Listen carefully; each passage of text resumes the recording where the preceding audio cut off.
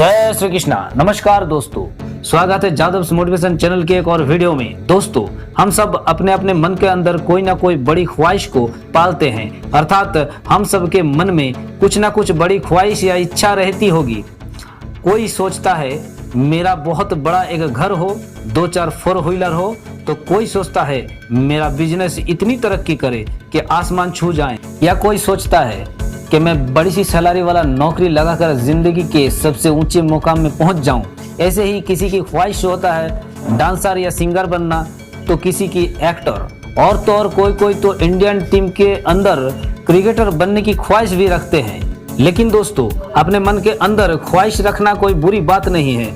अगर आज छोटी सी उम्र में आप सोचते हैं कि मेरे दरवाजे के सामने अपनी मर्सिडीज खड़ी होगी, तभी आगे जाकर आप एक बाइक भी खरीद सकते।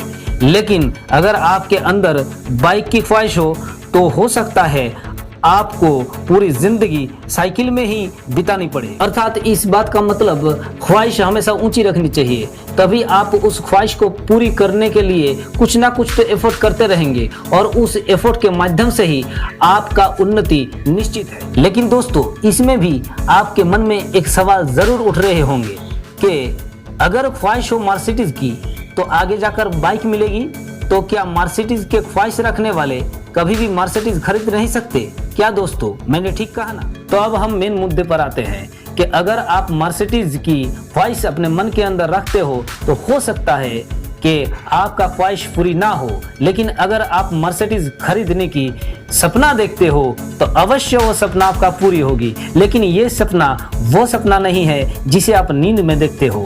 डॉक्टर APJ अब्दुल कलाम के ओपिनियन से जिस सपने को पूरे करने के लिए आपका नींद तक उड़ जाए, ये सपना उस टाइप का सपना है। हाँ दोस्तों, मन में ख्वाहिश जरूर रहते हैं, लेकिन उस ख्वाहिश को अपना सपना बनाने के लिए आपको आज से ही अपने एफर्ट के 100% देनी पड़ेगी। और हो सकता है कि शुरुआती दौर में आप बार बार फेलियर हो जाओ, लेकिन डिप्रेशन में आकर सब कुछ छोड़ देने की बजाय तब भी आपको अपने एफर्ट के 100% देनी पड़ेगी। और तभी आप समझ लेना कि आपको अपने सपनों को पूरा करने के लिए कोई नहीं रोक सकता, क्योंकि स्वयं ईश्वर भी उसी का साथ देता है जो किसी भी हालत में अपने एफर्ट का, अपने कर्मों का त्याग नहीं करते। अब अगर आप कहेंगे कि डेस्टिनी से ही तो बहुत बड़े बड़े ऊंचे मुकाम के लोग अपने ऊंचे मुकामों तक पहुंच पाए हैं, तो इसमें आपको यही बताना चाहता हूं कि आपका सपना पूरे करने के लिए आप एफर्ट के रास्ते में फेलियर के डर को त्याग कर आगे चलते रहें।